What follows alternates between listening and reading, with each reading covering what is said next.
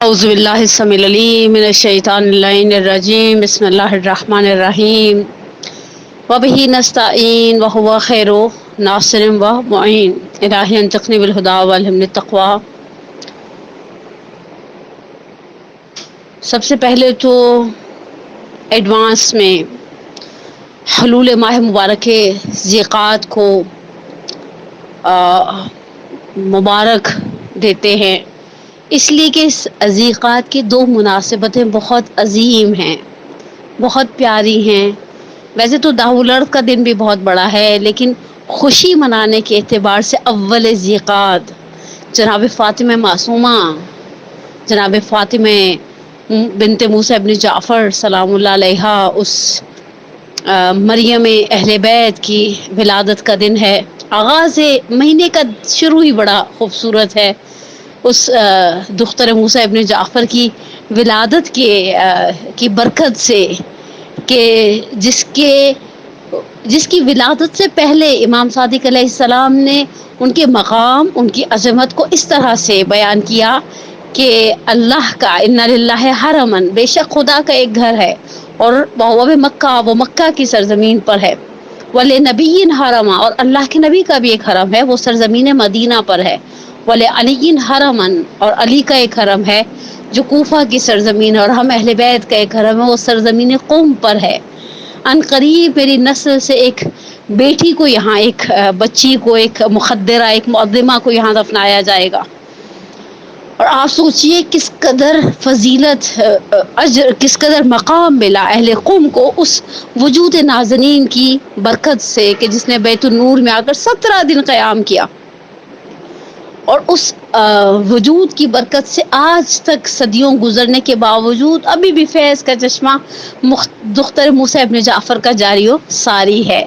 آغاز ذیقعد ہے، یا کریمہ یا کریمہ یا کریمہ کے آواز کے ساتھ، ان جملوں کے ساتھ کہ یا فاطمہ تو اشفعی لنا فی الجنہ، انشاءاللہ ہم شہزادی کی شفاعت کے امیدوار ہیں جنت کے میدان میں، انشاءاللہ ہم اس بی بی کی شفاعت کے امیدوار ہیں کہ جب حرم مطہر میں داخل ہوتا ہے انسان، تو بی بی کی قبر مطہر والی جو زری والا کمرہ ہے، وہاں پر ایک دروازے پر 11ویں امام سے 9ویں امام سے، اور بعض مقامات پر اس روایت کو میں نے امام زمانہ اجل اللہ تعالیٰ فرجہ الشریف کے ریفرنس سے بھی دیکھا کہ جس نے زیارت کی میری پھوپھی کی سرزمین قم پر، عارفاً بحقہا، اس عالم میں زیارت کی کہ ان کے حق کی معرفت رکھتا تھا، وجبت لہ الجنہ، جنت اس پر واجب ہو گئی۔ تو آغاز ماہ ذیقعد اپنی تمام تر خوشیوں کے ساتھ، برکتوں کے ساتھ، رحمتوں کے ساتھ، موسیٰ ابن جعفر کو خدا نے بہت بیٹیاں دی تھی، اس میں کوئی شک و شبہ نہیں ہے۔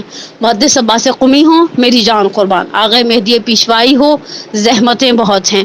ہمارے ہسٹورینز نے کثیر العیار ترین ائمہ میں ایک نام امام موسیٰ ہے، یعنی ٹاپ آف دا لسٹ۔ ہمارے اکثر مورخین کا نظریہ یہ ہے کہ ائمہ میں سب سے زیادہ بچے جو ہیں وہ 11 ائمہ میں امام موسیٰ ابن جعفر علیہ السلام کے تھے۔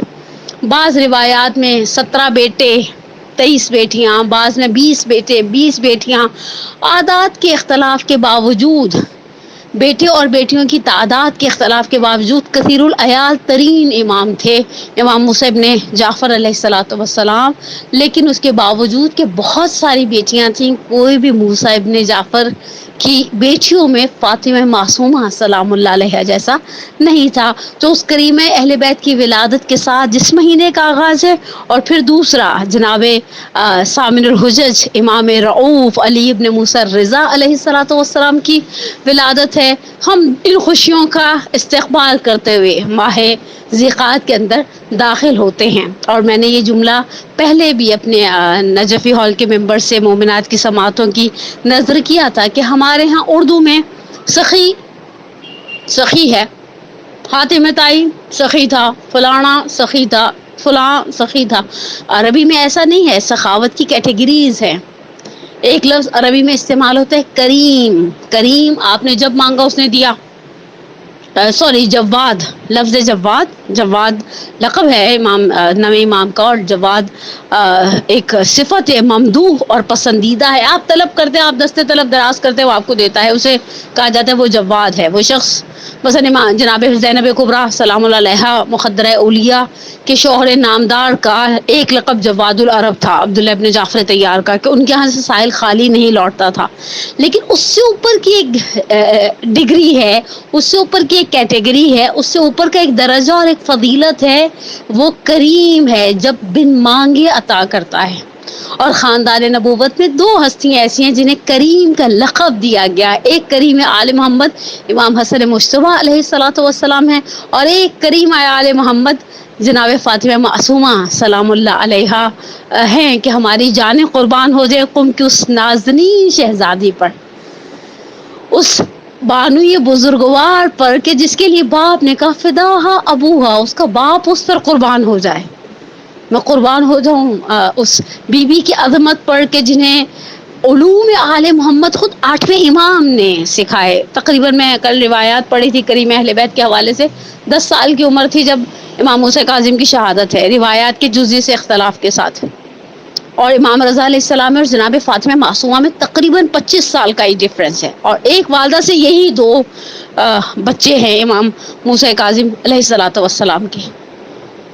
اور پھر ایک امام کی بیٹی، ایک امام کی پھوپھی، ایک امام کی بہن، اور صرف بہن نہیں، دیکھیے اس خاندان میں صرف پیدا ہونا بھی گرچہ بہت بڑا شرف ہے، لیکن محض اس خاندان کا فرد ہونے پر کوئی جنت کی بشارت اور مقام اور منزلت نہیں بٹ رہے. میں نے کہا نا امام موسیٰ کاظم کی کتنی بیٹیاں ہیں.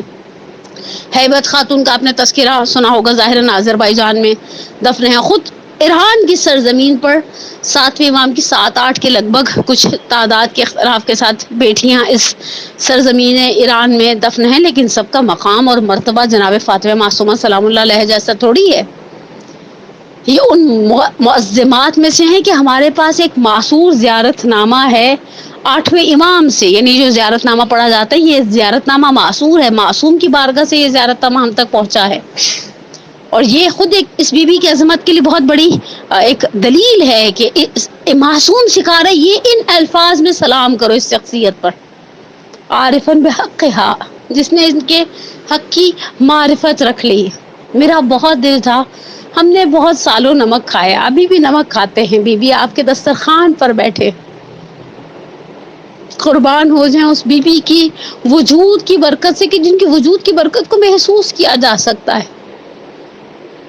جب آپ جوار کریم اہل بیت کے اندر ہوتے ہیں تو آپ کو احساس ہوتا ہے کہ ہاں زری میں کوئی ذات بابرکت ہے جو آپ کو آپ کی فریاد سن رہی ہے.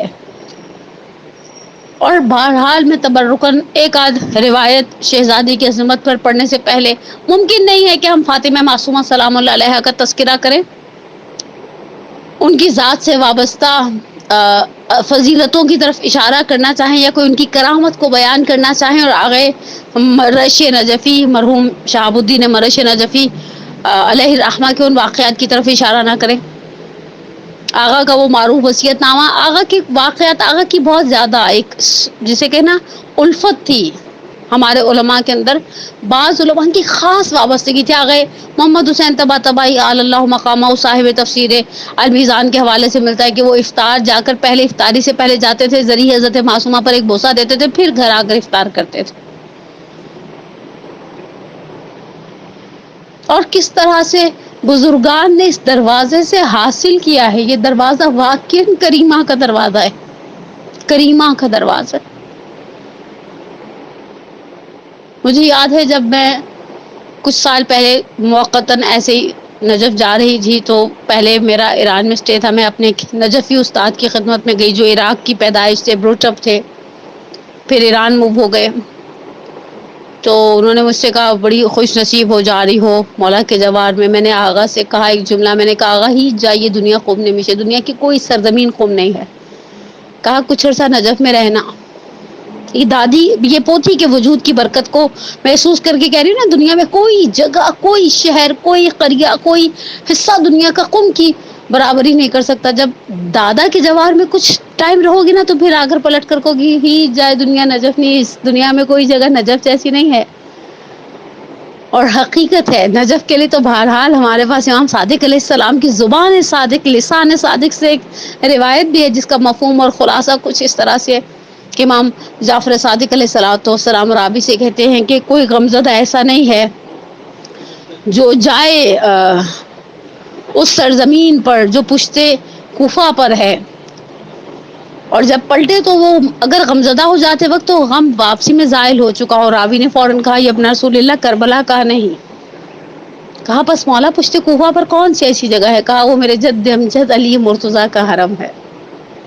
ہماری جانیں قربان ہو جائے. واقع امیر المومنین ایک پیارا سا اس وقت جب میں درس ریکارڈ کری ہوں عصر جمعہ کی بابرکت ساعات ہے، یہ وہ لمحات ہیں جن کے لیے میں نے روایتوں میں پڑھا، بزرگان سے سنا کہ جناب فاطمہ زہرا سلام اللہ علیہا کنیز کو گھر کی چھت پر بالائے پشت بام بھیج دیا کرتی تھی اور کہتی تھی جب سورج اندر اور باہر ہو تو مجھے خبر دینا. یہ دعا کی قبولیت کے لمحات ہیں. تو ہم دعا گو ہیں. واقعا یہ دروازے کریم دروازے ہیں. پروردگار انشاءاللہ ان راستوں کی مشکلات کو آسان کرے، ہمیں کرونا کی وبا سے نجات عطا کرے، اسی طرح سے راستے کھلے اور ہم اپنے معصومین کی اور اپنی خاندان رسالت کی ان ہستیوں کی زیارتوں کے لیے سر کے بل چل کر جائیں مولا، اور آئیں اور آ کے آپ کو سلام عرض کریں اور کہیں اذا مت تو دفنی جنب حیدر، جب مر جاؤں تو مجھے جوار حیدر میں دفن کر دینا. پھر مجھے پرواہ نہیں ہے منکر و نکیر کی، اس لیے کہ میرے مولا ہوں گے. لیکن ممکن نہیں ہے کہ ہم حضرت معصومہ سلام اللہ علیہ کی کرامتوں کا ذکر کریں اور آغا شہاب الدین مرش نجفی کی بات نہ کریں.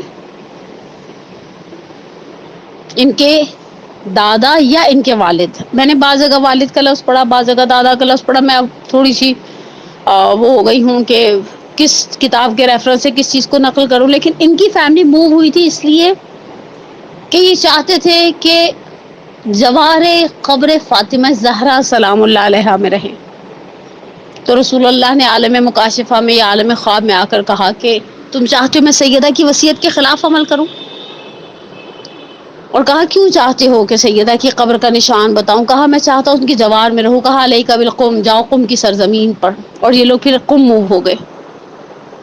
آغا شہاب الدین کے بہت سارے واقعات، آغا مریشی کی بہت 40 سال آپ سوچیں فجر کی اذان سے پہلے یہ مرج بزرگوار صاحب رسالہ تھے. 90s کی دہائی میں انتقال ہوا ہے اور بڑی ایک عظیم علمی شخصیت تھے. کھڑے رہا کرتے تھے دروازے کے پیچھے کہ حرم کا متولی حرم کا دروازہ کھولے اور یہ حرم میں داخل ہونے والے پہلے فرد ہوں. سردی گرمی ماتمی پہ موسموں کا کیا اثر، ماتمی کا صاحبہ حسین ہے. مولا کی چاہنے والوں پر موسموں کا اثر نہیں ہوتا، ان کا صاحبان خود مولا ہوتے ہیں، خود اہل بیت ہوتے ہیں. اہل بیت کی چاہنے والوں پر یہ گرمی سردی اتنی اثر انداز نہیں ہوتی. لیکن جب موو ہوئے ہیں قم کی سرزمین پر تو شروع میں اوبیسلی کچھ مشکلات ہوتی ہیں. انسان کسی جگہ پر موو ہوتا ہے، کرائے کے گھر میں رہتے تھے. آغا شہاب الدین مرشد نجفی کے اس واقعے کو نقل کیا ہے ان کے شاگرد آغا عادل علوی نے ایک کتابچے میں، اور پیام نور نامی ایک چھوٹا سا کتاب، ایک زمان میں آدھا سا نیوز پیپر ٹائپ کے ہوتے نا ہم چھوٹے چھوٹے سے، وہ نکلا کرتے تھے عرب سے، اس میں بھی یہ واقعہ بیان کیا گیا. آغا مرشد نجفی کہتے ہیں میں گھر آیا تو میں دیکھا عیال زوجہ تھوڑی غمزدہ سی ہیں، آنکھوں سے لگ رہا روئی ہوئی ہیں. میں نے پوچھا کیا بات ہوئی ہے؟ تو انہوں نے کہا پہلے کھانا وانا کھائیں، ٹینشن نہ لیں. کہا عیال تھی بھی بہت صبر والی، ہر مقام ہر مشکل میں میرے ساتھ دینے والی، اور مالک مکان کی بیوی کے ساتھ بعض اوقات ہو جاتی تھی کوئی ایسی اونچ نیچ والی بات. وہ کنووں کا سسٹم تھا، سروس سسٹم نہیں تھا ایران میں رائج. تو وہ گھر میں اگر آپ کوئی دھلائیاں ولائیاں کرتے ہو تو اس کا پانی گھر کیسے ہے ان کا کنواں، یا مثلا چاہے کسی بھی کنویں میں جمع ہوتا تھا، اس کی وجہ سے ظاہری بات ہے جتنا زیادہ پانی اس گھر کے کنویں میں جائے گا اتنی جلدی آپ کو وہ کنواں خالی کروانا پڑے گا. اور ایک گلی کا کنواں ہوتا ہے چاہے کوچے. کہا وہ اکثر مالک مکان جو ہے وہ بیگم کو اس طرح کی باتیں کرتی تھی، یہ دل ناراض ہو جایا کرتی تھی. پردے دار خاتون تھی، بہرحال زیب تو نہیں دیتا نا اس طرح جا کے گلیوں میں کھڑے ہو کر ایرانی عوام کی طرح مثلا قالین دھوئیں. جو پردے دار عورت ہے اس کے لیے تو بڑا مشکل امتحان ہے. کہا خیر میں نے اصرار کیا تو اس نے کہا کہ میں نے جیسے ہی صحن میں کمبل بچھایا تو وہ مالک مکان بولنے لگ گئی کہ اس کو گلی میں جا کر دو. میں نے کہا میں کیسے دوں, ایک باپردہ خاتون کس طرح گلی میں کھڑی ہو کر دھلائیوں والے کام کر سکتی ہے, قالین یا کمبل دھونا. کا اس نے مجھے کافی سنایا. آغا کہتے ہیں میرا دل ایک دم اچاٹ سا ہو گیا. میں نے واپس اپنا لباس رسمی پہنا, مثلا امامہ سر پہ رکھا, قبا پہنی. میں حرم میں آ گیا اور میں زری کے پاس بیٹھ گیا اور میں نے بی بی سے کہا بی بی ہم سب کچھ چھوڑ کر آپ کے جوار میں اس لیے آئے تھے کہ ہمارے گھر کے افراد ایسی پریشانیاں سہیں. کہا تھوڑی دیر میں گریا کرتا رہا, دل ہلکا ہو گیا, راز و ریاض کرتا رہا بی بی کے ساتھ. پھر اٹھا ہوا گھر واپس چلا گیا. کچھ دن گزر کے کہا ایک دن مدرسے میں جا رہا تھا تو کسی نے کہا کہ بھائی آپ کا ایک ٹیلی گرام آیا ہے. میں نے ٹیلی گرام کھولا, دیکھا تو میرے ایک چچا کا خط تھا اصفہان سے. اس کے ساتھ ایک حوالہ تھا اور چچا نے خط میں لکھا تھا کہ فلاں تاجر کے پاس جاؤ, میرا یہ حوالہ دکھاؤ تو میں مبلغ 600 تومان دے گا. ابھی تو خیر 600 تومان سے چپس نہیں آتا, اور اس سے تم اپنے لیے ایک مناسب سی مثلا ایسی جس میں گزارا کیا جا سکے رہائشی گھر خرید لو. کا خیر آغا مرشی رجفی کہتے میں گیا, میں نے اس تاجر کو وہ حوالہ دکھایا اپنے چچا کا, سارا کچھ کیا, وہ 600 تومان سے وہ میں نے وہ ایک گھر خریدا. کہا اس کے بعد میں اپنے چچا کا شکریہ ادا کرنے کے لیے اصفہان گیا اور میں نے ان سے جا کر پوچھا کہ کیا ہوا, ایسی کوئی بات تو نہیں تھی, یعنی پلاننگ نہیں تھی اس حوالے سے. تو کہا میرے چچا نے کہا میں نے مدتوں سالوں پہلے ایک منت مانی تھی کہ اگر میرا وہ کام ہو گیا نا تو میں قم میں کسی طالب علم کو ایک نارمل سا گھر اپنی رینج کے حساب کا ایک گھر لے دوں گا. کا فلاں دن فلاں وقت فلاں لمحات میں میری وہ منت پوری ہو گئی, میری وہ خواہش پوری ہو گئی, وہ میرا جو اٹکا ہوا کام تھا وہ نکل گیا. اور جیسے ہی میرا کام پورا ہو, مجھے یاد ہے میں نے اس کام کے پورا ہونے کے لیے ایک منت کی, خدا سے وعدہ کیا تھا. کہا میں نے منت کی ادائیگی کے لیے سوچنا شروع کیا کہ کس کو وہ گھر لے کر دوں. بھائی میں نے جو منت مانی ہے تو مجھے سب سے پہلے خیال ہے گھر میں بچہ ہے ہمارا پڑھنے والا, تو ہم باہر کیوں جائیں منت کی ادائیگی کے لیے. تو بس وہ قرعہ فعال تمہارے نام نکل آیا اور میں نے اس طرح سے تمہارے گھر کا خدا نے ایک انتظام باعزت طریقے سے کر دیا. کہا جب میں نے حساب لگایا تو یہ وہی وقت تھا جب میں اپنے سر کو زری کے ساتھ لگا کر بیٹھا تھا. قربان ہو جاؤں کریمہ, کتنا بڑا, کتنا دست شفقت تھا. ایسے سینکڑوں نہیں, ہزاروں نہیں, لاکھوں واقعات ہوں گے مراجعین, علماء, بزرگان, فقہا کے قلوب کے اندر جو انہوں نے اپنا درد دل آ کر کسی سے نہیں کیا, صرف حضرت فاطمہ معصومہ سلام اللہ علیہا سے توسل کیا. اور اس شہزادی نے کسی سائل کو خالی ہاتھ نہیں لوٹایا. موسی ابن جعفر, آپ کی خدمت میں ہم آپ کو آپ کی بیٹی کا واسطہ دیتے ہیں کہ جس کی عظمت بہت تھی, جس کا مقام بہت بڑا تھا.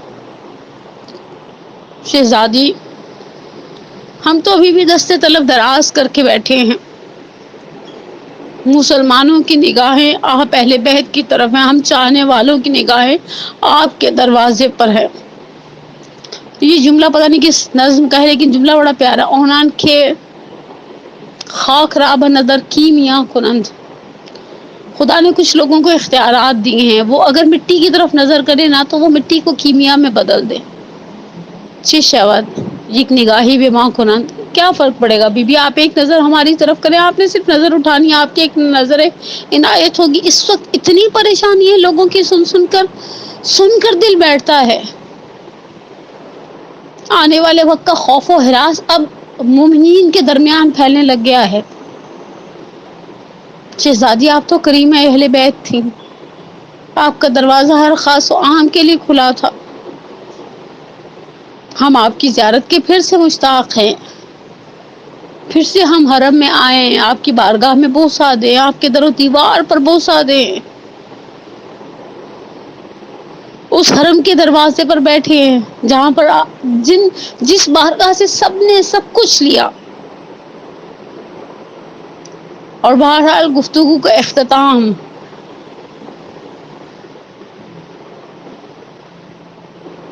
صرف ایک جملے پر کروں. اس جملہ میں نے بزرگوں سے بہت سنا ہے کہ امام حسن مجتبیٰ کے سامنے سخاوت کی بات ہوئی.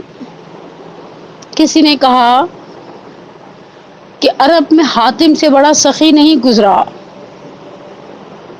دوسرے نے سوال کیا حاتم کی ایسی کون سی سخاوت کی بات ہے جو دوسرے سخیوں میں نہیں ہے؟ کہا حاتم نے اپنے گھر کے 40 دروازے رکھے ہیں، سائل پہلے دروازے پر آتا ہے حاتم دیتا ہے، سائل دوسرے دروازے پر جاتا ہے حاتم دیتا ہے، تیسرے دروازے پر، حتیٰ سائل 40 دروازوں پر جاتا ہے حاتم 40 دروازوں سے دیتا ہے۔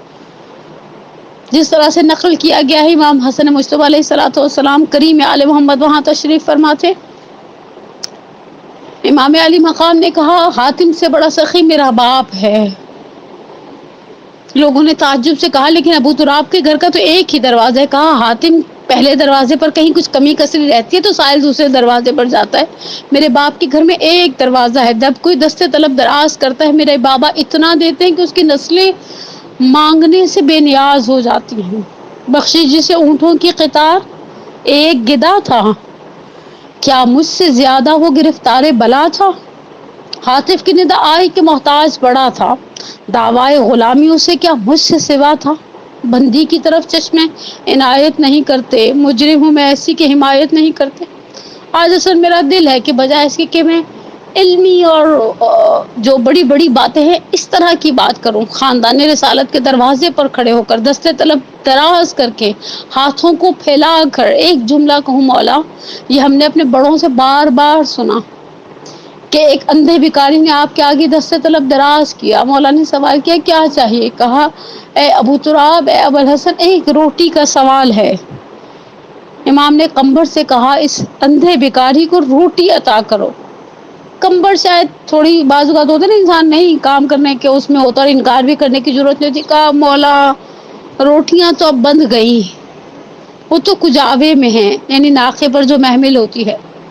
امیر المومنین نے جب قمبر کا یہ انداز دیکھا تو امیر المومنین بجائے اس کے کہ سخی کا ہاتھ دینے سے کبھی کوتاہ نہیں ہوتا، بجائے اس کے کہ امیر المومنین کیلو خال سے کام لیتے، مولا نے کہا کجاوا دے دو۔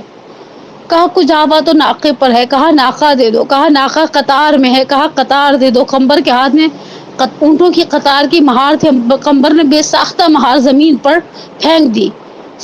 دیکھنے والوں نے کہا قمبر مہار کیوں پھینک رہے ہو اونٹوں کی قطار کی؟ کہا دریائے سخاوت فرزند ابی طالب اس قدر جوش و خروش میں کہ میں اس بات سے ڈر گیا کہ روٹی کا سوال کیا تھا، کہا کجاوا دے دو، کہا کجاوا ناقے پر ہے، ناقہ دے دو، کہا ناقہ قطار میں ہے، قطار دے دو۔ یہ نہ ہو کوئی پوچھے قطار ناقے کی قطاروں کی مہار کس کے ہاتھ میں، تو جواب ملے قمبر کے ہاتھ میں، تو کہے قمبر بھی عطا کر دو۔ اسی لیے تو شاعر نے کہا بخشش جسے اونٹوں کی قطار ایک گدا تھا، ایک روٹی مانگنے والا تھا، مولا اپنے اونٹوں کی قطار دے دی۔ یہاں پر تو ہم اب سب مل کر ایک ساتھ ایک ہی بات بار بار کہہ رہے ہیں، چھڑوا دو ہمیں غم سے یہی وقت کرم ہے، یا فاطمہ زہرا تمہیں بچوں کی قسم۔